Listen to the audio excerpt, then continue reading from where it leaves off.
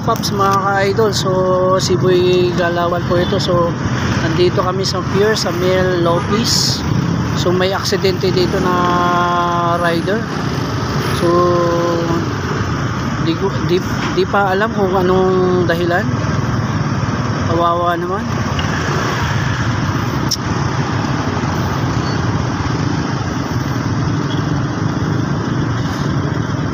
Pasalubong siya. Ayan. Diyos ko po.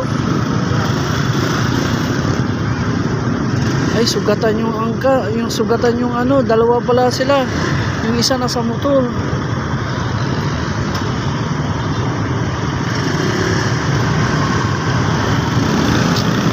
Kawawa naman. Sana tigtas yung ano.